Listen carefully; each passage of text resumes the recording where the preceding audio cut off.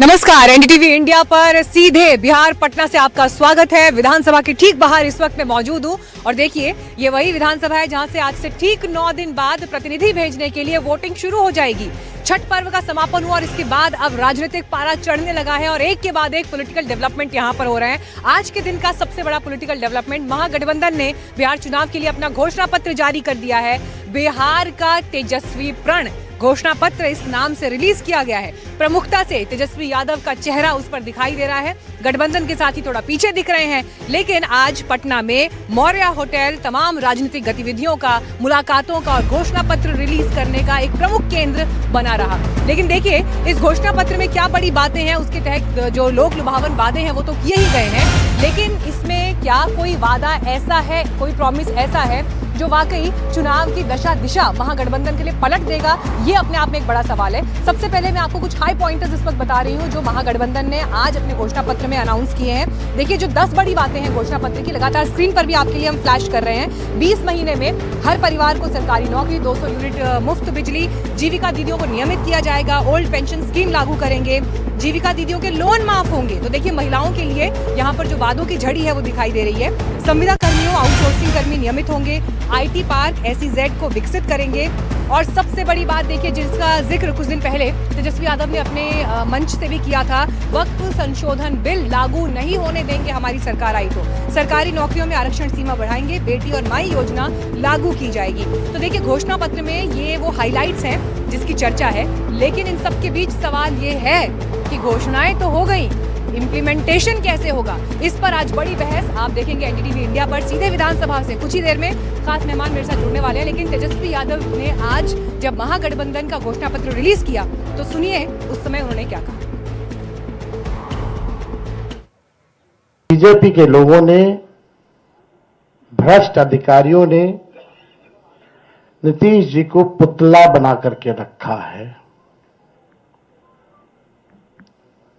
आज हम सब लोग उनकी स्थिति को देख रहे हैं, किस रूप में भाजपा के लोगों ने केवल उनके चेहरे का जो है इस्तेमाल की जा रही है।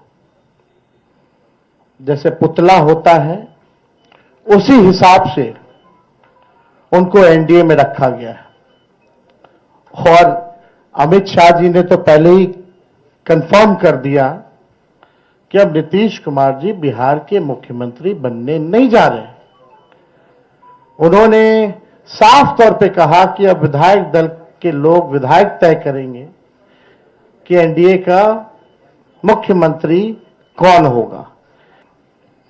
ये दलों और दिलों का संकल्प और प्रण है। एक एक घोषणा दिल से लिया हुआ प्रण है। अपने प्रण को प्राण झोंक करके भी हम लोगों को अगर पूरा करना पड़े तो अपने प्रण को हम लोग जो है पूरा करेंगे। बिहार की जनता बेताब है, बेकरार है सत्ता परिवर्तन को लेकर के। मौका ढूंढ रही थी, अब मौका 6 तारीख को और 11 तारीख को बिहार की जनता को मिलेगा और इस बार बिहार की जनता मौका चूकेगी नहीं।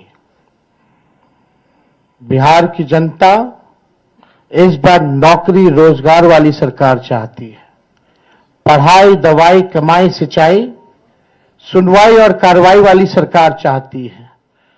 कारखाने यहां बिहार की धरती पे चाहती है, निवेश चाहती है, फूड प्रोसेसिंग यूनिट चाहती है, एग्रो बेस्ड इंडस्ट्री चाहती है, आईटी पार्क, SEZ जैसे चीजें बिहार में खुले, वो चाहती है।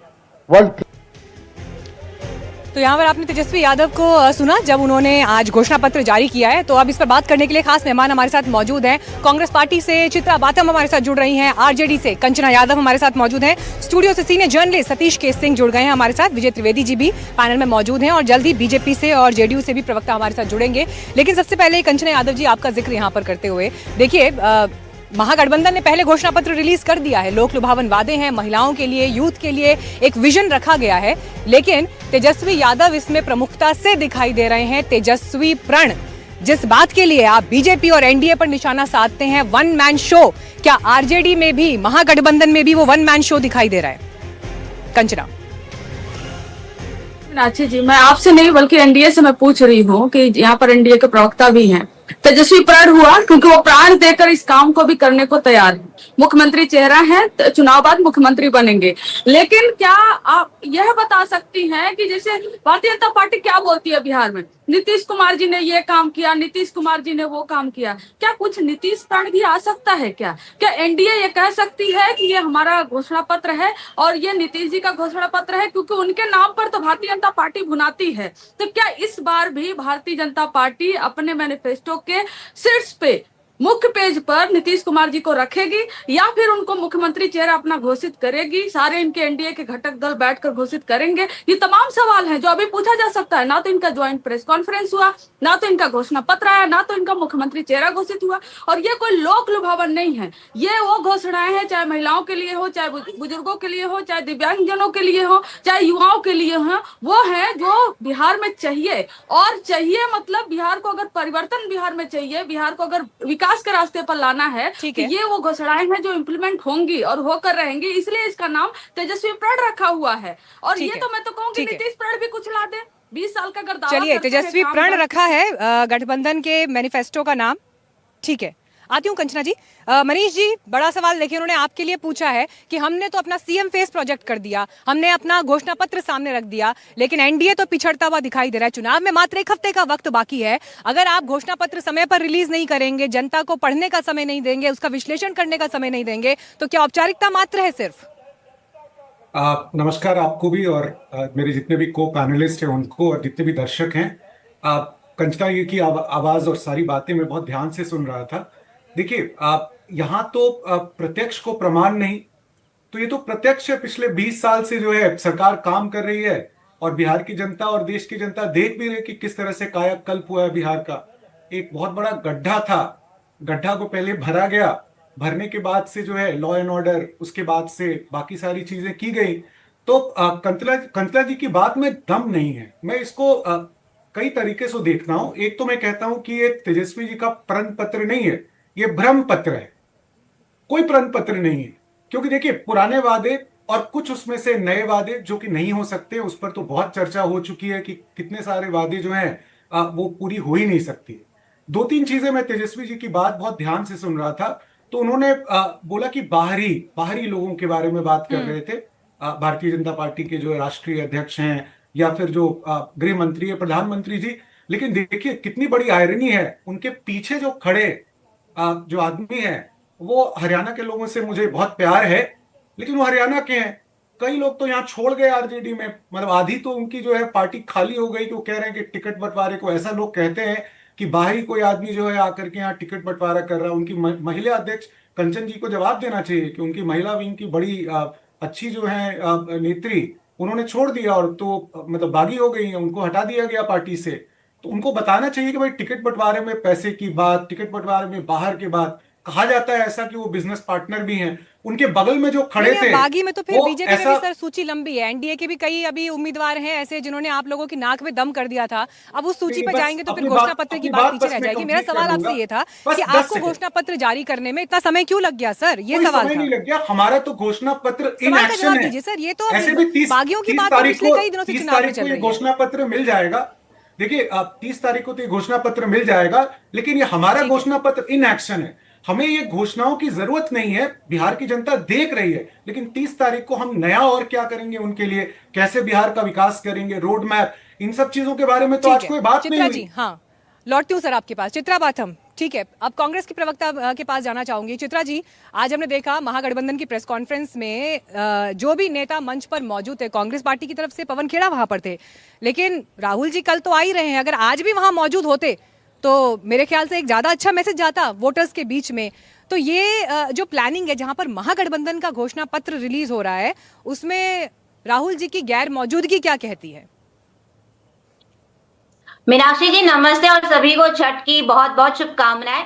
मैं आपको बताना चाहूंगी कि राहुल जी कल से तो वहां पे कैंपेन करने ही वाले हैं, लेकिन मैनिफेस्टो ये पीपल्स मैनिफेस्टो है, ये लोगों के बीच से उनके मुद्दे उठाए गए हैं और फिर इसको मैनिफेस्टो के अंदर हमने इंक्लूड किया है। राहुल जी ने भारत जोड़ो न्याय यात्रा, भारत जोड़ो यात्रा में जो सामाजिक न्याय, 5 न्याय 25 गारंटी की जो बात की थी, उसी चीजों को आगे बढ़ाने में उन्होंने ये कंट्रीब्यूट किया है और उसी बेसिस पे आज ये तेजस्वी प्रण जो है ये महागठबंधन ने लॉन्च किया है। तो मुझे ऐसा लगता है उसी विचार को आगे रखने के लिए कल से राहुल जी वहां पे ग्राउंड पे आपको जरूर नजर आएंगे। इसमें सबसे खास बात यह है कि समाज के नहीं, सवाल देखिए, सवाल ये है चित्रा जी, सवाल ये है कि वोटर अधिकार यात्रा आपने निकाली, वोट चोरी का मुद्दा आप लोगों ने उठाया और 1300 किलोमीटर की पदयात्रा उस दौरान राहुल गांधी ने कर दी, बाइक रैली निकली, XYZ तमाम चीजें हुई और उसके बाद 1 सितंबर के बाद से आज कितनी तारीख हो गई, 28 अक्टूबर हो गई, राहुल गांधी नहीं है बिहार में। ये सवाल इसलिए उठ रहा है कि शुरुआत में जो तेजी आप लोगों ने अपने प्रचार में हासिल की, बीच में ठंडा क्यों छोड़ दिया उसे? कोई ठंडा नहीं हुआ है। मुझे ऐसा लगता है कि वोटर अधिकार यात्रा में जिस तरीके से जो जन जागृति हुई है, लोगों को खुद ये रियलाइज हुआ है कि उनके साथ कितना बड़ा धोखा हुआ है। उनका जो हक है, जो बेसिक राइट है, वोट करने का जो हक है, वो किस तरीके से बीजेपी ने उनसे छलावा किया है और उसी का मुंह तोड़ जवाब वो दे रही है। और इसीलिए चलिए आपके पास लौटती हूँ चित्रा जी, ठीक है, सत्यप्रकाश मिश्रा जी से भी रिएक्शन लूंगी। नीतीश जी को लेकर आज बड़ा टिप्पणी की है तेजस्वी यादव ने आज अपनी प्रेस कॉन्फ्रेंस में, लेकिन सतीश के सिंह जी पहले एक रिएक्शन फटाफट सर आपसे। घोषणा पत्र जो आज रिलीज हुआ सर, आपके लिए, आपके एनालिसिस के आधार पर उसमें ऐसी कौन सी बात है जो महागठबंधन के लिए हवा बदल सकती है या ऐसा कुछ भी नहीं है? देखिए, ये तो मैं नहीं कह सकता कि हवा बदल सकती है या हवा बना सकती है। हाँ, हवा बनाने के लिए सारे मुद्दे इसमें हैं, लेकिन बनाए तो हवा। देखिए, अभी भाजपा वालों ने बाद ने कहा कि ये भ्रम है। चलिए, भ्रम तो अच्छा है, लेकिन अब ये इनके सीएम फेस को लेकर भ्रम है। मैं एक बात कहना चाहता हूँ तेजस्वी, ये बात सही है आपकी कि larger than life picture, one man one show का तो इसमें छटा दिखती है। एक और बात है कि तेजस्वी नीतीश जी के साथ जो हमदर्दी दिखा रहे हैं, वो क्यों दिखा रहे हैं? कहीं ये हमदर्दी उल्टा तो नहीं पड़ सकता? अगर मान लीजिए कि एनडीए घोषणा कर दे उनके सीएमशिप की, नीतीश जी की, और आप अगर विपक्ष का नेता एक घोषणा पत्र का प्रेस कॉन्फ्रेंस करे और जो व्यक्ति 2% के अपने वोट बैंक पर 20 साल बिहार चलाता हो, उसके खिलाफ एंटी इनकम्बेंसी की नीतीश पर से तो कोई बात नहीं की उन्होंने, तो कहीं ये चुनाव प्रचार में ना नीतीश जी का बदल जाए, ये मुझे लग रहा है। लेकिन ओवरऑल मैं निश्चित रूप से कह सकता हूं कि बहुत लंबे समय बाद बिहार में एक सकारात्मक, पॉजिटिव एजेंडा, फॉरवर्ड लुकिंग जो है घोषणा पत्र जारी की गई है। इसका एक बिहारी होने के नाते मैं स्वागत करता हूं। ये कौन इसको इंप्लीमेंट करेगा या फिर वो भी खाली ये चुनावी रह जाएगा, ये मैं नहीं कह सकता। ठीक है, ठीक है सर, बड़ा इंटरेस्टिंग पॉइंट आपने उठाया। सत्यप्रकाश मिश्रा जी, आप इस पर जवाब दीजिएगा मुझे जरा। पहले नीतीश बाबू की तारीफ कर रहे हैं, सहानुभूति जता रहे हैं कि उन पर तो अफसरों का दबाव है, पर्दे के पीछे कहीं तस्वीर कुछ बदलती हुई तो नहीं दिखाई देगी आने वाले दिनों में? इस पर रिएक्शन लूंगी मनीष जी से भी, लेकिन सत्यप्रकाश मिश्रा जी पहले आप।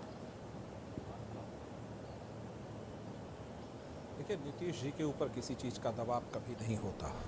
नीतीश जी उन समाजवादी मूल्यों के सिपाही हैं जो जेपी आंदोलन से निकले हैं और लगातार बिहार को 20 सालों से सींच रहे हैं। वो किसी चीज की घोषणा कम उद्घोषणा करते हैं। बिहार में आज जो कुछ भी विकास दर है 14.5% का, वो उनके प्रयासों से है। आर्थिक विकास दर बिहार का बढ़ा, लोगों की जीवन शैली बदली, और सबसे बड़ी बात कि 20 सालों में वहां कोई जाति नरसंहार नहीं है, नक्सलवाद नहीं है, अपहरण उद्योग नहीं है। तो ये नीतीश जी की बहुत बड़ी उपलब्धि है कि बिहार में आज महिलाएं 1 लाख यदि पुलिसकर्मी है तो उसमें 29,000 महिलाएं पुलिसकर्मी है। ये नीतीश जी की देन है। जब बच्चियों को उन्होंने साइकिल पोशाक देकर भेजा था, वो सोच 2006 की थी।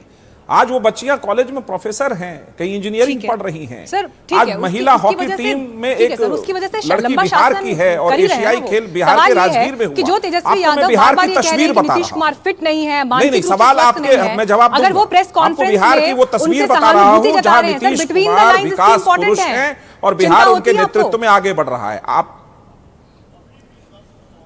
आप क्या पूछ रहे हैं? मेरे पास सवाल आपके आए नहीं, आप फिर से पूछ लीजिए। आपको खटकी कुछ ये सहानुभूति? मनीष परियार जी, नहीं, आप ये सवाल पूछ सहानुभूति आपको लीजिए। खटकी जो आज तेजस्वी यादव ये ने सहानुभूति प्रेस शब्द कॉन्फ्रेंस आपने में गलत चुना है। सतीश नहीं जी, पत्रकार महोदया, ये मनीष जी, सहानुभूति बात को शब्द बोल आपने रहे थे। गलत चुना है, बहुत गलत शब्द है ये। देखिए इससे इस बात को बहुत ही बल मनीष जी, मिलता अगर है। भाई सहानुभूति शब्द अगर कोई तेजस्वी अपने यादव जी का ब्रह्मपत्र चुना के हुआ है, प्रेस हमने नहीं कॉन्फ्रेंस चुना, में सर। जो उन्होंने कहा है नीतीश उसकी जी बात पर हो ऐसी रही है। नहीं, ये ठीक है, गलत मनीष शब्द जी। है। नहीं, आपने उसको इंटरप्रेट किया है सहानुभूति की तरह। तो ये आप आपके तेजस्वी जी शब्द से हैं। शिकायत करिए ना। जो तेजस्वी जी ने अपनी घोषणा पत्र और भ्रम पत्र और चीरहरण पत्र अरे लेके सर, आए थे, तेजस्वी यादव ने आज जो प्रेस हरण कॉन्फ्रेंस पत्र की है, को उन्होंने जो कहा कहते कि हैं मुझे कि नीतीश जी सुनवाई से और दवाई, सहानुभूति है। मैं आपको अगर बता आपने नहीं दूं, वो सुनी प्रेस उगाही वाली कॉन्फ्रेंस तो ध्यान सरकार। से सुनिएगा। नीतीश जी का आपने सारा अरे पिछला बता दिया उन्होंने उनकी महोदया, सरकार में क्या क्या हुआ। महोदया, लेकिन कभी कभार महोदया, ऑपोजिशन को भी सुनिए। सुन लेना चाहिए कि महोदया, वो जब ऐसा चुनावी है, मैदान में आपके मैं- सामने मैं है उनके तो वो क्या सहानुभूति अनाउंसमेंट कर शब्द रहे हैं, के वो क्या कायल विजन नहीं लेके आ रहे हूं। मैं हैं, इतना थोड़ा सुनने की स्पष्ट क्षमता कर रखनी दूं कि चाहिए सर। नीतीश कुमार ठीक जी है मनीष परिवारवादी जी, चिंता संस्कृति होती है, के उपज सहानुभूति नहीं शब्द है। खटका आपको तेजस्वी आज। जी से मुझे सहानुभूति फिर मेरे होती सवाल है मनीष जी से, कि सर कैसे सत्यप्रकाश जी नौवीं फेल प्लीज, को आपका कहाँ फिर मुझे फंसा ऑडियो दिया मजबूरन लालू डाउन जी ने। करना पड़ेगा। सर प्लीज दूसरे की बारी में ना बोलें आप। मनीष जी, देखिए मीनाक्षी जी, जिस तरह का वर्ड उन्होंने यूज किया है, देखिए तेजस्वी जी को पता है कि नीतीश जी क्या हैं और बिहार के लिए वो सबसे बड़े पुरोधा और महापुरुष हैं। उनके बारे में वो कुछ बोल नहीं सकते, उनके सामने वो टिकते नहीं है। तो उनके लिए जो है ना, मतलब कोई चॉइस नहीं है, उनको बोलना ही इसी तरह से। शायद ही कोई देश में कोई मुख्यमंत्री हो जो 20 साल के बाद उसके लिए प्रो इनकम्बेंसी चल रहा हो। ये पूरे बिहार में अभी नीतीश जी के लिए प्रो इनकम्बेंसी है। तो क्या बोल सकते हैं तेजस्वी जी? और देखिए वो जो अपनी बातें कह रहे थे, इसीलिए मैं बोल रहा था कि भ्रम पत्र है। सतीश जी के लिए भी मैं बोल रहा हूं कि भ्रम पत्र है। उन्होंने अपने जो कैंडिडेट्स खड़े किए, 143 में करीब करीब 98 कैंडिडेट्स के पास जो है क्रिमिनल रिकॉर्ड्स हैं मर्डर के। उसमें से 72 जो हैं वो मतलब प्रॉपर मर्डर चार्जेस हैं और बाकियों पे अटेम्प्ट टू मर्डर के चार्जेस हैं। तो देखिए पीछे की कहानी ये है। सामने से आप जो भी बोल दें, भ्रम फैला लें, कुछ भी कर लें, बट बिहार की जनता बहुत समझदार है। पिछले 20 साल से उन्होंने देख के रखा है और हमेशा जनता जो है सामने जो काम किया है उस पर जाएंगे। ठीक है आप कंचना देखिए जी, हमारे पास 100 रुपए है, मैंने आपको प्रॉमिस कर दिया कि मैं आपको आपके- 1,000 ठीक है, रुपए आपके दूंगा। पॉइंट इसका से कोई जवाब रोड कंचना मैप जी। भी नहीं बनाया आप, कुछ रोड मैप नहीं। तो आज का प्रेस कॉन्फ्रेंस मतलब बिहार की ठीक है, जनता के लिए कंचना कोई जी, नई respond चीजें करिए। लेकर के नहीं आता है। मैं तो पहले तो सतीश जी का मैं जवाब देना चाहूंगी। उन्होंने बोला कि तेजस्वी जी के लिए उल्टा पड़ सकता है अगर बीजेपी कर दे घोषणा नीतीश कुमार जी के मुख्यमंत्री का। अगर अब भी कर देती है घोषणा ना, तो भी उनके साथ सहानुभूति ही रहेगी। कारण यह है कि 2020 का चुनाव शुरू होते ही जब तमाम सवाल उठने लगे कि क्या इस बार मुख्यमंत्री चेहरा फिर से नीतीश कुमार जी होंगे या फिर बीजेपी अपना देगी, तो यही अमित शाह जी कहते हैं कि नीतीश कुमार जी मुख्यमंत्री थे, हैं और रहेंगे। और इस पे मैं पूर्ण विराम लगाता हूं। इतना देर तो नहीं लगा था और नीतीश कुमार जी का स्वास्थ्य बिल्कुल अच्छा होता, वो राजनीतिक रूप से उतने एक्टिव होते, इतना 20 में थे, 15 में थे, 10 में थे, तो आपको नहीं लगता सतीश जी कि अभी तक वो प्रेशर बनवा के अपने नाम की घोषणा तो करवा ही चुके होते और इस बात पर भी नहीं मानते कि उनकी 101 सीटें भारतीय जनता पार्टी की 101 सीटें के बराबर हो। वो एक सीट भी ज्यादा लेते लेकिन लेते। तो इसलिए हमारी उनके साथ सहानुभूति है और रहेगी। और कोई और है जो सुपर सीएम बन के बैठा हुआ है। आप मंच पे देखिए कि इनके एक संजय झा जी हैं, वो बीजेपी के एजेंट आए हुए हैं, पहले वो बैठ जाते हैं। एक मंच का होता है कि मुख्यमंत्री जी हैं, प्रधानमंत्री जी, वो पहले बैठते हैं, फिर लोग बैठते हैं, लेकिन वहां पर पहले सुपर सीएम बैठ जाते हैं और नीतीश कुमार जी खड़े होकर देखते रहते हैं इधर उधर। तो सुपर सीएम कोई और बन के बैठ गया है। नीतीश कुमार जी माला पहनाते हैं तो सुपर सीएम जी रोकते हैं, उनको पूरी तरह से कंट्रोल करते हैं। और मुख्यमंत्री को, नीतीश कुमार जी को कोई कंट्रोल इस तरीके से करने लगे, जो हर कोई जानता है कि नीतीश कुमार जी किसी कंट्रोल में तो नहीं रहते थे, जो पूरे होशो हवास में थे। इसलिए हमारी सिंपैथी भी है और प्यार भी है उनके साथ। उनसे भी मैं टिप्पणी लूंगी। इस बीच एक बड़ी खबर के लिए रोक रही हूँ आपको, ठीक है, एक बड़ी खबर के लिए रोक रही हूँ। बड़ी खबर इस वक्त आपको बता रहे हैं, केंद्रीय मंत्री गिरिराज सिंह ने, देखिए महागठबंधन का घोषणा पत्र रिलीज हुआ है, लेकिन इस बीच अब उस पर पॉलिटिकल रिएक्शंस का दौर जारी है। बीजेपी की तरफ से इसको कहा गया कि भ्रम है या जो वादे किए जा रहे हैं उसको पूरा करने का रोड मैप आपके पास क्या है? तो ये वादे सिर्फ वादे रह जाएंगे, हकीकत में बदलते नहीं दिखाई देंगे। आइए आपको सुनवाते हैं उनका स्टेटमेंट। मैं बिहार के लोगों से कहना चाहता हूं, ये धर्म की राजनीति करते हैं और मुसलमानों के लिए ये पहले वोटर लिस्ट में रोहिंग्या और बांग्लादेशियों को डलवाने का, अब लगता है अगर इनकी सरकार बन जाए तो यहाँ इस्लामिक कानून बना देंगे, शरिया कानून से चलेगा बिहार। पौधा पहाड़ निकली चुईया, इस तरह का कोई व्यवस्था लोगों के घोषणा पत्र में नहीं आया। उनको बताना चाहिए कि इसका पैसा कहाँ से आएगा, क्या बजट लगेगा, किन चीज़ों को कैसे करेंगे, 15 साल जो लालू जी ने राज किया उसका क्या बार माफी मांगा, ये सब जानकारी देना होगा ना। लालू जी के अराजकता को जनता को बताना पड़ेगा, माफी मांगना पड़ेगा और इसके एक्सपेंडिचर को बताना भी पड़ेगा। और इस बीच धर्मेंद्र प्रधान भी महागठबंधन के वादों पर हमलावर हैं। उन्होंने एक बार फिर महागठबंधन को ये कहा, महालठबंधन कहकर एड्रेस किया और भय बताया हार का, कि हार के भय से ये जो वादे किए जा रहे हैं इनके पूरा होने की संभावना या मौका तो महागठबंधन को मिलेगा ही नहीं।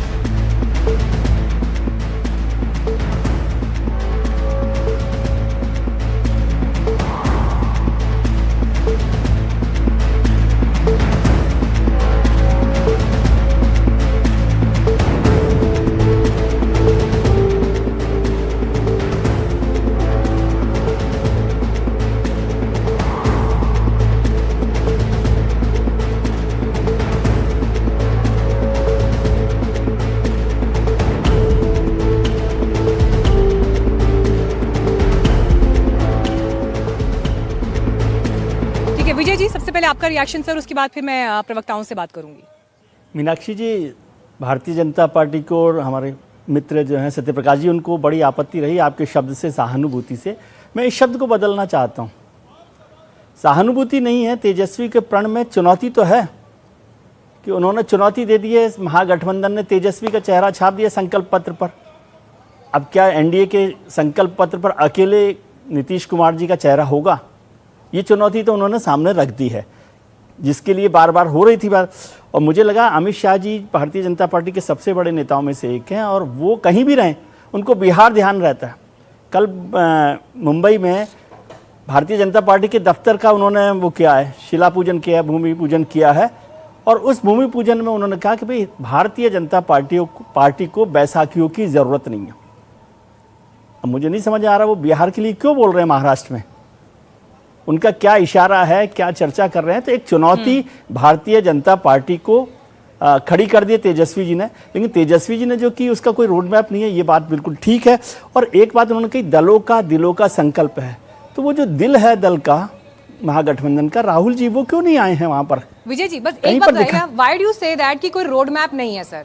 रोड मैप इस दृष्टि से कि जब आपके पास बजट नहीं हो। मुझे इसके लिए कोई 3 इंपॉर्टेंट पॉइंट्स दीजिए सर। नहीं, पहला इंपॉर्टेंट पॉइंट सबसे बड़ा तो यही है ना कि जो हर परिवार में एक नौकरी दी जा रही है, उसका जो बजट है वो बजट कहां से आएगा, किस तरह से करेंगे, वो नहीं है। दूसरा, आपने कहा आरक्षण को 50% से बढ़ाएंगे, क्या राज्य सरकार इसका अधिकार क्षेत्र रखती है? क्या इस तरह का काम वो कर सकते हैं? तीसरी बात उन्होंने कही वक्फ कानून को बदल देंगे, क्या ये अधिकार राज्य सरकार के पास है? तो तीनों बड़े पॉइंट जिन पर वो चर्चा कर रहे हैं वो उनके पास नहीं है। उसको लेकर भी उन्होंने बात, और सबसे बड़ा था क्योंकि ये जो हर परिवार को नौकरी देने का जो बात की गई है वो इसलिए की गई कि नीतीश कुमार जी ने या भारतीय जनता पार्टी नीतीश कुमार जी की सरकार ने 10,000 रुपये दे दिए। अब वो 1.25 करोड़ महिलाओं के खाते में 10,000 रुपये की खनक की आवाज़ अभी तक दिख रही है। और आप जानते हैं खनक जो होती है ना रुपयों की, वो किसी भी वादे से बड़ी होती है। तो क्या उस वादे के जो खनक है 10,000 रुपये की, उसको वो बैलेंस कर पा रहे हैं? क्या ऐसी कोई बड़ी बात, इसको क्या आप ऐसा कोई एक बात कह सकते हैं कंचना जी कि इसमें गेम चेंजर क्या है? मुझे अगर वोट देना है तेजस्वी जी को तो क्यों दूं? कोई एक ऐसा पॉइंट मुझे समझ आ जाए कि तेजस्वी जी ने ये गेम चेंज किया, ये बिहार की तस्वीर बदलने का एक बड़ा फैसला किया गया। कंचना जी, इस पर जवाब दीजिए। एक पॉइंट मैं और ऐड कर रही हूँ इसमें, विजय त्रिवेदी जी का ही सवाल आगे। देखिए, वक्फ को लेकर उन्होंने कहा कि हमारी सरकार आ गई तो फाड़ कर कूड़े में फेंक देंगे, लेकिन सरकार आ गई, राज्य सरकार के अधिकार क्षेत्र में आता है क्या ये मामला? तो ऐसी बातें जो प्रैक्टिकली व्यवहारिक रूप से संभव नहीं है, प्रतीकात्मक रूप से आप मंच से कुछ भी कहें, प्रैक्टिकली संभव नहीं है, तो फिर क्यों ना कहा जाए कि भ्रम फैला रहे हैं? कंचना जी, नहीं, हमारा जो है वो प्रण है, वो हमारा जो वचन पत्र है आज जो निकला है, हम जुमला पत्र तो भारतीय जनता पार्टी की तरह निकालते नहीं है। और क्योंकि विजय जी बहुत सीनियर जर्नलिस्ट हैं, उन्होंने कई सारे सवाल पूछे, मैं उसका जवाब देती हूँ। कह रहे क्या स्टेट 50% से ज्यादा रिजर्वेशन दे सकता है? सर, ये मॉडल ऑलरेडी तमिलनाडु में लागू हो चुका है। क्या हर घर सरकारी नौकरी हो सकती है? सिक्किम एक ऐसा स्टेट है जहां पर हर घर सरकारी नौकरी है और ये पॉसिबल है। अगर हमें आपको आरजेडी को, महागठबंधन को आपको वोट करना है तो सिक्किम की आबादी और बिहार की आबादी, सिक्किम की आबादी और बिहार की आबादी की तो तुलना नहीं हो सकती ना। जब आबादी की तुलना नहीं कर सकते आप, तो आप बड़े रेवेन्यू का भी, जनरेशन के सोर्सेस की भी तुलना नहीं कर सकते। अगर बिहार एक बड़ा स्टेट है, एक बड़ा फोर्स है, वहां पर एक बड़े कमाने वाले लोग हैं, तो इस बात पर आप वोट हमें कर सकते हैं विजय जी कि आखिरी कारखाना बिहार में तब लगा था जब लालू जी रेलवे मिनिस्टर थे तब, और अब अगला कारखाना तब लगेगा जब तेजस्वी जी चीफ मिनिस्टर होंगे तब, क्योंकि इसके बीच में कोई एक भी कारखाना नहीं लगा है। अगर आप इस बात से सहमत हैं तो आप वोट कर सकते हैं, अगर नहीं सहमत है तो आप अपने लिए स्वतंत्र हैं, आप किसे वोट करेंगे। लेकिन हाँ, पॉसिबल है कि हर घर, क्योंकि नौकरियों का। मुझे फटाफट एक सवाल का जवाब दीजिए, अब समय कम है, क्लोजिंग रिमार्क्स लूंगी। ठीक है, कंचना जी शॉर्ट में कंप्लीट करिए प्लीज, फटाफट। जी बिल्कुल, मैंने अपनी बात कंप्लीट कर दी। मेरा जो कन्विंस करना था विजय जी को, मैंने वो कन्विंस किया कि हाँ 50% रिजर्वेशन, हाँ स्टेट का जो बोर्ड होता है, वक्फ बोर्ड होता है, उसमें तेजस्वी जी ने कहा कि हम यहाँ पर इम्प्लीमेंट तो कतई नहीं होने देंगे, हर स्टेट का भी अपना बोर्ड होता है। और बहुत सारे इंटरव्यू विजय जी को कन्विंस करने में छोड़िए, अभी तो बिहार की जनता को कन्विंस करना जो है वो ज्यादा बड़ी चुनौती है अभी यहाँ पर। कंचना जी, मनीष जी, लेकिन देखिए बार बार आरजेडी की तरफ से गृहमंत्री का नाम लिया जा रहा है, बार बार वो ये कह रहे हैं कि आपके स्टेटमेंट में ये झलका कि बिहार में जमीन नहीं है इसलिए नहीं लगा सकते फैक्ट्री कारखाना। देखिए जनता के बीच ये मुद्दे लेकर जा रहे हैं, परसेप्शन के लिहाज से सवाल बड़ा है सर। मीनाक्षी जी, दो चीजें मैं बोलना चाहूंगा। देखिए, सरकारी नौकरी देने के पीछे इनका तात्पर्य बड़ा क्लियर है। जब पिछली बार रेलवे मंत्री थे लालू जी, तो सरकारी नौकरी दिए और जमीन लिखवाना शुरू कर दिए। अब इस बार हर घर में नौकरी देंगे, हमको तो लगता है पूरा बिहार लिखवा देंगे, पूरे बिहार की जमीन। ये तो प्लान है पूरे बिहार की जमीन लिखवाने की, उसके बिना तो देते नहीं है। तो ये सरकारी नौकरी का हाल है। बिहार के बच्चों को पता है कि अगर कोई भी एक सरकारी नौकरी आ जाए, 100 सीट भी आ जाए, तो उसके लिए 2 करोड़ लोग अप्लाई करते हैं। वहां पर बिहार के बच्चों को ये बेवकूफ बना सकते हैं क्या कि हर घर में सरकारी नहीं? सब हंस रहे हैं बच्चे, आप सोशल मीडिया पर देख लीजिए कैसे बच्चे हंस रहे हैं। खैर, वो एक अलग ही मुद्दा है उस पर। और जहां तक देखिए 9th शेड्यूल की बात है, रिजर्वेशन बढ़ाने की बात है, वहां पर भी तमिलनाडु में जो है वो स्पेशल एक्ट ऑफ पार्लियामेंट के द्वारा किया गया था। अगर हमारी सरकार आती है, इस पर हमेशा से विचार चल रहा है और हम लोग कर सकते हैं क्योंकि हमारी में कैपेबिलिटी है। तेजस्वी जी अगर चाहें तो आप करके दिखाइए। 30 सेकंड का समय है, चित्रा जी क्लोजिंग रिमार्क्स दीजिए बस। हाँ, शॉर्ट में कंप्लीट करिएगा अपनी बात। मीनाक्षी जी, जिस तरीके से यहाँ पे सहानुभूति शब्द के लिए बहुत आक्षेप लिया गया, मुझे भी जेडीयू के प्रवक्ता ने हमारे घोषणा पत्र को चीरहरण पत्र कहा, मुझे उस बात पे बहुत आक्षेप है। जेडीयू के जो नेता हैं नीतीश जी, वो ईबीसी के वर्ग के ऊपर जो बन के आए थे चीफ मिनिस्टर, इतने लंबे समय तक वो राज कर रहे हैं, उनके हक की चीरहरण नीतीश जी ने की है। इस घोषणा पत्र को अगर आप ध्यान से देखेंगे तो यहाँ पे ईबीसी के लिए कितनी सारी बातें लिखी गई है। 3 से 5 डिसमल तक की जगह उनको घर बनाने के लिए देंगे, 20 से 30% उनका आरक्षण बढ़ाएंगे, गवर्नमेंट कॉन्ट्रैक्ट में उनको आरक्षण देंगे, रिजर्वेशन रेगुलेटरी अथॉरिटी को बनाएंगे। समय की कमी है इसलिए ठीक है, आपको बीच में रोकना पड़ रहा है। सतीश के सिंह जी, क्लोजिंग रिमार्क्स के लिए सर आपके पास आ रही हूँ। बिहार जो कि जातियों में बटा हुआ एक ऐसा राज्य है जहां पर चुनावी समीकरण बिठाना अपने आप में एक चैलेंज है, ऐसे वक्त में गठबंधन की तरफ से घोषणा पत्र आ गया है सर, लेकिन अब आगे जब बूथ टू बूथ कैंपेन होते हैं, डोर टू डोर कैंपेन होते हैं, उस समय पर सर गठबंधन के घोषणा पत्र की या एनडीए के घोषणा पत्र की कितनी रेलेवेंस रह जाती है? फिर अगर वहां देखते हैं वोटर से सीधा संपर्क होता है, सीधा एनडीए का के घोषणा पत्र में क्या आता है वो देखना पड़ेगा, क्योंकि घोषणा पत्र तो आमतौर पर तो घोषणा पत्र होती है। लेकिन मैं इतना जरूर कहूंगा कि जिस प्रकार से इमोशनल कार्ड खेला जा रहा है और तरह तरह की फॉरवर्ड लुकिंग घोषणाएं की जा रही है, मैं समझता हूं कि महागठबंधन ने इसमें अपना नंबर बनाया है और राइट बॉक्सेस को टिक किया है। एक बार टिप्पणी करना चाहूंगा, जो बीजेपी के प्रवक्ता बोल रहे थे, वो बोले कि वहां पर 20-25 नौकरी भी आती है तो 2 करोड़ लोग लाइन में 2 करोड़ लोग भरते हैं। तो ये 2 करोड़ क्यों भरते हैं? सरकारें तो आप ही की है, 20 साल की है, 11 साल की है, पूरे देश में भरते हैं सरकारी नौकरी में। आपको ये छुपा हुआ नहीं है, मैं सिर्फ बिहार की बात नहीं कर रहा था सतीश जी। अच्छा, पूरे देश में। अभी अगर आप तमिलनाडु में देखें, चलिए मैं बिहार की जनता के ऊपर छोड़ती हूँ कि वो इस पर अपने बुद्धि विवेक से तय करें, लेकिन समय की कमी थी। आप सभी का बहुत धन्यवाद इस बातचीत पे जुड़ने के लिए। माफी के साथ सर, मनीष जी माफी के साथ, क्योंकि अब समय की कमी है, मैंने सबको बराबर बोलने का मौका भी दिया। बहुत बहुत धन्यवाद आप सभी का चर्चा में हमारे साथ जुड़ने के लिए। तो देखिए, महागठबंधन के घोषणा पत्र पर आज की ये डिबेट थी, जिस पर पॉलिटिकल रिएक्शन जारी है। चिराग पासवान, प्रशांत किशोर, दोनों अहम फैक्टर बिहार में, क्या कह रहे हैं सुनते हैं। दिक्कत तो यही है ना कि जब आपको सरकार में आना ही नहीं है, जब आपको अपने वादों को पूरा करने की जिम्मेदारी ही नहीं है, उस बात का एहसास ही नहीं है, तो झूठ बोलने में क्या जाता है। अभी तो इन्होंने शुक्र कीजिए कि परिवार में एक सरकारी नौकरी बोली है, झूठ बोलने पर अगर ये लोग आ जाएं तो हर एक व्यक्ति को सरकारी नौकरी बोल देंगे कि 14 करोड़ बिहारियों को हम लोग सरकारी नौकरी दे देंगे। झूठ बोलने में ये लोग इतने माहिर हैं। कोई फ्रंट नहीं है, वो मैनिफेस्टो वही है, लोगों को बेवकूफ बनाने का जरिया है ताकि लोगों को बेवकूफ बनाकर किसी तरह वोट लिया जाए। लड़ाई जनसुराज और एनडीए में है, महागठबंधन में नहीं है। बिहार विधानसभा के सामने मौजूद है। बिहार की पॉलिटिक्स पर बात की, लेकिन अब बिहार से आपको उत्तर प्रदेश लेकर चलते हैं, जहां पर 1.5 साल के बाद चुनाव है 2027 में, लेकिन पंचायत चुनाव है अगले साल। इस बीच एसआईआर को लेकर स्पेशल इंटेंसिव रिवीजन, क्योंकि 12 राज्यों की जो लिस्ट चुनाव आयोग ने रिलीज की, उन 12 राज्यों में उत्तर प्रदेश भी शामिल है, जहां पर वोटर लिस्ट अपडेट की जाएगी और इसे लेकर वहां पर किस तरह की राजनीति हो रही है और कौन है जो एसआईआर से डर रहा है, क्यों इसका विरोध हो रहा है उत्तर प्रदेश में, आइए देखते हैं। मैं बार बार कहता हूं कि बटेंगे तो कटेंगे। अगर 80-20 का कोई अगर मकसद है उनका हिंदू मुसलमान कराने का या हिंदू मुस्लिम की भाषा बोलने का, तो वो योगी नहीं है। कि गद्दी विरासत में मिलती है, बुद्धि नहीं मिलती। कुछ लोगों की आदत होती है, उनके जीवन भर उनका बचपना नहीं जाता है। कुछ लोग समझते हैं कि वस्त्र पहनने से ही योगी हो जाते हैं। जो सत्य के रास्ते में चले वही योगी है। 1.25 साल बाद होने वाले यूपी चुनाव की गर्मी तो काफी पहले से महसूस हो रही है, लेकिन अब सर्दी के मौसम में उत्तर प्रदेश का राजनीतिक तापमान और ज्यादा बढ़ने वाला है। इसकी वजह है एसआईआर यानी स्पेशल इंटेंसिव रिवीजन। इस खबर में 4 बातें ध्यान देने की हैं। पहली बात, 4 नवंबर से यूपी में एसआईआर की प्रक्रिया शुरू हो जाएगी। दूसरी बात, घर घर जाकर बीएलओ अपना काम शुरू कर देंगे। तीसरी बात, समाजवादी पार्टी ने बीजेपी पर निशाना साधते हुए पीडीएफ प्रहरी बनाने का ऐलान कर दिया है। और चौथी बात, बीजेपी का कहना है कि ना तो सही आदमी वोटिंग से वंचित रहेगा, ना ही गलत आदमी वोटर लिस्ट में जगह पाएगा।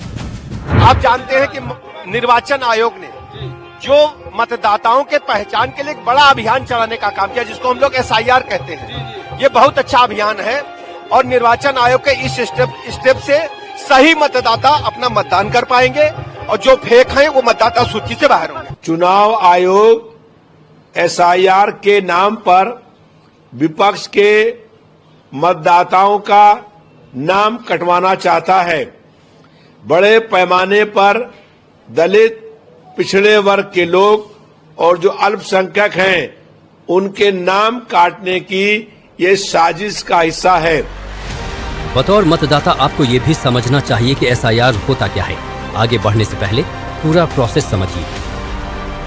एसआईआर कराने की प्रक्रिया केंद्रीय चुनाव आयोग की तरफ से बताई जाती है। इसको लेकर आज राज्य निर्वाचन आयोग ने केंद्रीय निर्वाचन आयोग से बात की और इस बैठक के बाद जिलाधिकारियों, जो कि जिला निर्वाचन अधिकारी होते हैं, उनसे भी राज्य निर्वाचन आयोग ने बात करके जरूरी दिशा निर्देश दिए हैं। अगर प्रक्रिया की बात करें तो आज से लेकर 3 नवंबर तक तैयारियां की जाएंगी और इन तैयारियों में जो जिलाधिकारी जिला निर्वाचन अधिकारी की भूमिका में होते हैं, वो अपने अधीन काम करने वाले जो कर्मचारी हैं उनको इस पूरी प्रक्रिया के बारे में बताएंगे, बीएलओस को ट्रेनिंग देंगे और साथ ही राज्य निर्वाचन आयोग की तरफ से उन डॉक्यूमेंट्स की प्रिंटिंग कराई जाएगी जिन डॉक्यूमेंट्स पे वोटर्स की डिटेल लिखी जाती है। 3 तारीख के बाद ये डॉक्यूमेंट लेकर बीएलओ घर घर जाएंगे, लोगों से मिलेंगे, उनकी जानकारियां लेंगे और डॉक्यूमेंटेशन करते जाएंगे। ठीक 1 महीने तक ये प्रक्रिया चलेगी और उसके बाद जो आपत्तियां होंगी, जो दावे होंगे, वो चुनाव आयोग को लोग दे सकते हैं और उन दावों और आपत्तियों पर कार्रवाई करने के बाद जो अंतिम सूची है वो चुनाव आयोग प्रसारित करेगा। यानी उत्तर प्रदेश में ये प्रक्रिया लगभग 1.5 महीने के आसपास चलेगी और 1.5 महीने के बाद जो वोटर लिस्ट है वो छन करके आएगी, जिसमें पता चलेगा कि उत्तर प्रदेश में असल में कितने वोटर्स हैं। लेकिन बात अगर इतनी सी है तो यूपी में विपक्ष को आपत्ति क्या है? वोट बनाने का काम, वोट डलवाने का काम, वोट गिनती का काम सब जिला स्तर पे होता है। तो जब कोई व्यक्ति ये बता रहा है कि यहाँ 5000 वोट डबल बने हुए हैं या किसी पूरे मोहल्ले का वोट काट दिया गया, किसी वर्ग विशेष का वोट काट दिया गया, किसी जाति विशेष का काट दिया गया, तो आयोग को जांच कराना चाहिए। माननीय अखिलेश यादव जी ने सूची दी, एक स्टेटमेंट दिया, उस पर उसने बजाय स्टेटमेंट की जांच करने के हमसे ही स्पष्टीकरण मांग लिया और जब हमने जवाब दे दिया तो कोई कार्रवाई नहीं की। सबसे पहला जिम्मेदारी चुनाव आयोग की है कि चुनाव आयोग अपनी निष्पक्षता को बरकरार रखे और जो उसकी विश्वसनीयता गिर रही है लोगों के अंदर वो कायम रहनी चाहिए। बिहार में इसका नतीजा देखा ना आपने, बिहार में जो कुछ करा इन्होंने, और राहुल जी ने जो सवाल वोट चोरी पर उठाए थे एक का भी जवाब अब तक नहीं दे पाए। कांग्रेस और समाजवादी पार्टी आरोप लगा रही है कि जाति और धर्म के नाम पर वोटर लिस्ट से नाम काटे जा रहे हैं, लेकिन बीजेपी जो पलटवार कर रही है उसमें भी धर्म का ही रंग है। चुनाव आयोग को धन्यवाद दूंगा मैसिव रूप में, लेकिन कुछ राज्य ऐसे हैं जो एसआईआर का विरोध कर रहे हैं। एनडी गठबंधन इसका विरोध कर रहा है। अब बंगाल की सरकार तो लगता है बांग्लादेश की सरकार बन गई। ये लोग विरोध क्यों करते हैं? केवल मुस्लिम का वोट लेने के लिए भारत को धर्मशाला बनाना चाहते हैं। निर्वाचन आयोग की तरफ से जारी कार्यक्रम के मुताबिक सबसे पहले 28 अक्टूबर से 3 नवंबर तक एसआईआर से जुड़ी तैयारी यानी ट्रेनिंग, काउंटिंग पेपर्स की प्रिंटिंग का काम होगा। इसके बाद 4 नवंबर से 4 दिसंबर तक बीएलओ घर घर जाएंगे। अब देखिए एसआईआर को लेकर आपने जितने पॉलिटिकल स्टेटमेंट्स यहाँ पर देखे, जो अपोजिशन है वो सीधे तौर पर ये कह रहा है कि बीजेपी विरोधियों के वोट बैंक पर सेंध लगाने के लिए एसआईआर की इस प्रक्रिया को लेकर इतनी आक्रामक है। लेकिन दूसरी तरफ बीजेपी का ये कहना है कि चुनाव आयोग अपने तरीके से काम कर रहा है। 21 साल पहले वोटर लिस्ट अपडेट हुई है, तो ऐसे में ये वक्त की जरूरत भी है कि इन्हें अपडेट किया जाए। बीजेपी इस तरफ ये भी कह रही है कि वो डेमोग्राफी में बदलाव बर्दाश्त नहीं करेगी। ये मुद्दा योगी आदित्यनाथ जोर शोर से उठाते रहे। राजनीतिक इस्लाम की कहीं चर्चा नहीं होती। जिसने आस्था पर कुठाराघात किया, यानी ब्रिटिश उपनिवेशवाद के खिलाफ हम लड़े थे, हमारे पूर्वज लड़े थे। फ्रांस के उपनिवेशवाद के खिलाफ हमारे पूर्वज लड़े थे, लेकिन राजनीतिक इस्लाम के खिलाफ भी हमारे पूर्वजों ने लड़ाई लड़ी थी। बड़ी बड़ी लड़ाइयां लड़ी थी। छत्रपति शिवाजी महाराज को, गुरु गोविंद सिंह जी महाराज को, महाराणा प्रताप को, महाराणा सांगा को हम इसी बात के लिए स्मरण करते हैं। इसी बात को लेकर के हम उनको राष्ट्र नायक के रूप में सम्मान देते हैं। लेकिन ये राजनीतिक इस्लाम वही है जो छांगुर के रूप में डेमोग्राफी को चेंज करके राष्ट्र माता के टुकड़े टुकड़े करने की मंशा के साथ कार्य कर रहा है। लोग वश से नहीं विचार से योगी होते हैं। कुछ लोग समझते हैं कि वस्त्र पहनने से ही योगी हो जाते हैं। लोग वस्त्र से नहीं विचार से योगी होते हैं। जो सत्य के रास्ते में चले वही योगी है, और वो जो सत्य को छिपाए वो कभी योगी नहीं हो सकता है। अब देखिए एसआईआर को लेकर यूपी की पॉलिटिक्स में आप इस वक्त जबरदस्त बयानबाजियां देख रहे हैं, लेकिन बड़ी खबर यह है उत्तर प्रदेश से समाजवादी पार्टी के अध्यक्ष अखिलेश यादव 3 नवंबर से धुआंधार प्रचार शुरू करेंगे बिहार में भी, और इस दौरान उनकी 3 जनसभाओं का यहाँ पर कार्यक्रम है। हालांकि देखिए राहुल गांधी और प्रियंका गांधी के चुनाव प्रचार और दौरे कल से प्रारंभ हो जाएंगे। इस बीच अखिलेश यादव भी आएंगे, जो कि ऑपोजिशन का महागठबंधन का बड़ा चेहरा है, और यहाँ पर वो इंडिया गठबंधन के प्रत्याशियों के समर्थन में 3 रैलियां करने वाले हैं, जनसभाओं को संबोधित करेंगे। इनमें से पहली जनसभा पूर्वी चंपारण में इंडिया अलायंस के प्रत्याशी मनोज यादव के समर्थन में होगी। दूसरी जनसभा सिवान में होगी बाहुबली शहाबुद्दीन के बेटे उसामा शहाब के समर्थन में, और तीसरी सभा कैमूर में इंडिया अलायंस के प्रत्याशी अजीत सिंह के समर्थन में होगी। तो देखिए चाहे पूर्वी चंपारण का हिस्सा हो या फिर सिवान, कैमूर, ये वो इलाके हैं जहां पर समाजवादी पार्टी का प्रभाव और उनके स्टाइल ऑफ पॉलिटिक्स का प्रभाव भी दिखाई देता है। अब देखिए उत्तर प्रदेश और बिहार की राजनीति में ये बड़ा दिलचस्प फैक्टर है कि दोनों ही एक दूसरे को प्रभावित करते हैं, और इसीलिए उत्तर प्रदेश की पॉलिटिक्स के सत्ता पक्ष और विपक्ष से जो 2 बड़े चेहरे हैं, सीएम योगी आदित्यनाथ और अखिलेश यादव की बिहार में मौजूदगी के मायने अहम हो जाते हैं। दोनों आमने सामने होंगे चुनावी प्रचार के मैदान में। हालांकि योगी आदित्यनाथ तो पहले भी यहाँ पर प्रचार कर चुके हैं, रैली कर चुके हैं बीजेपी के स्टार प्रचारक के रूप में, लेकिन अखिलेश यादव की सभाएं 3 नवंबर से शुरू होंगी।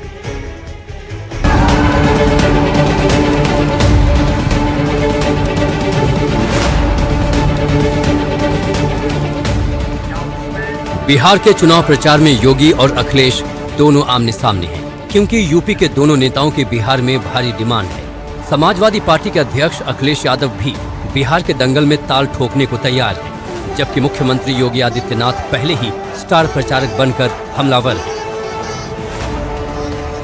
1990 से 2005 तक बिहार का जंगल राज और परिवारवाद, उस कालखंड में किस प्रकार से रौंदने का काम हुआ था, यह किसी से छुपा हुआ नहीं। योगी की लोकप्रियता का ख्याल रखते हुए बीजेपी ने उन्हें स्टार प्रचारक बनाया है।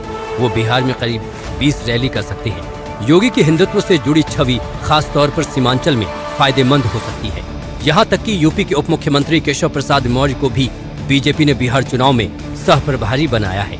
दूसरी ओर अखिलेश यादव भी चुनाव प्रचार में कूदने जा रहे हैं। अखिलेश अपनी रैलियों में पीडीए यानी पिछड़ा दलित अल्पसंख्यक का नारा बुलंद करेंगे। ऐसा माना जा रहा है कि इससे महागठबंधन की ताकत बढ़ेगी। ये पीडीए से घबराए हुए लोग हैं।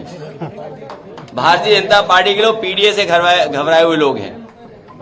ये जाति समीकरण को अर्थमेटिक बोलते हैं, समीकरण बोलते हैं, अपनी इलेक्शन की इंजीनियरिंग बोलते हैं, होशियारी बोलते हैं। कहा जा रहा है कि अखिलेश के साथ उनकी सांसद पत्नी डिंपल यादव भी चुनाव प्रचार के लिए आ सकती हैं। बिहार में अब पक्का परिवर्तन अखिलेश यादव जी का बाटे।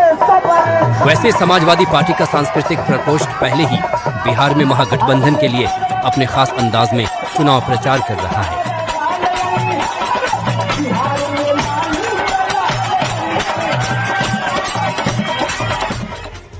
और इस वक्त आपको बता दें कि नीतीश कुमार का एक अहम बयान सामने आया है जो मंदिरों को लेकर है। मंदिरों की सुरक्षा को लेकर मुख्यमंत्री नीतीश कुमार क्या कह रहे हैं, ये सुनते हैं। जो हिंदू मंदिर है उसमें भी शाम में जा करके कोई गड़बड़ सड़बड़ इधर उधर करता था, तो इसी को हम इधर उधर देखे थे। तब इसीलिए वर्ष 2016 से 60 वर्ष से पुराने हिंदू मंदिरों की घेराबंदी की गई। अब जिससे चोरी आदि की घटनाएं नहीं होती हैं, कोई तरह का दिक्कत नहीं। पहले वाला तो कोई काम ही नहीं करता था। जैसे ही हम लोग आए वैसे ही हम लोगों ने देखा जहां कोई गड़बड़ी थी, कोई दिक्कत थी, तो वहां पर तुरंत काम सब ठीक होता था।